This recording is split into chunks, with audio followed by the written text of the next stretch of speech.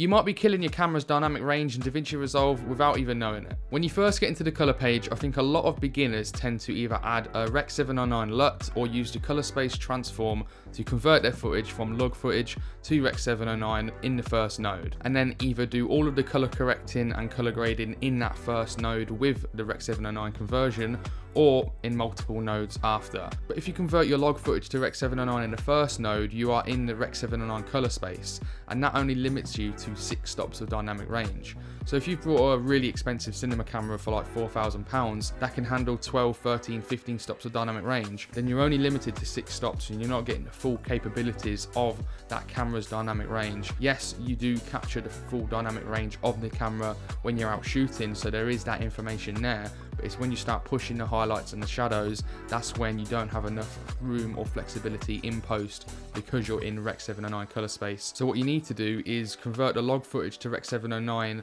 using the color space transform or a LUT in the last node, and then work backwards. So you're color grading and color correcting in the log color space, and then you get that flexibility to play around with the log's dynamic range in post without any limitations of the 6 stops of dynamic range. Now if you want to go one step further and start working with 20 stops of dynamic range, what you need to do is add a color space transform to the first node and go from the input gamma and the color space. So in my case it would be Canon Cinema Gamut and then Canon C-Log 3, and then you need to convert that into DaVinci Wide Gamut and then the output gamma to DaVinci Intermediate.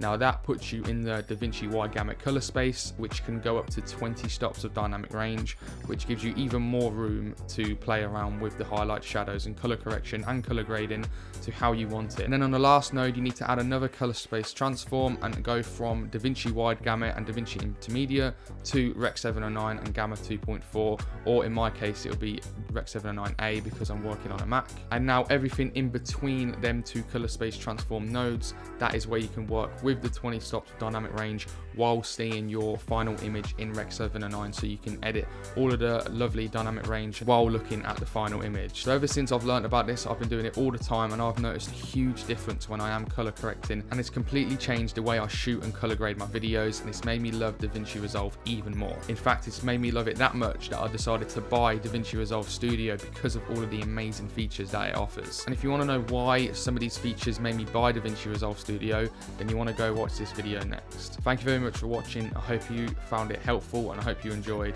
Hit that subscribe button and I'll see you guys on the next one. See you later.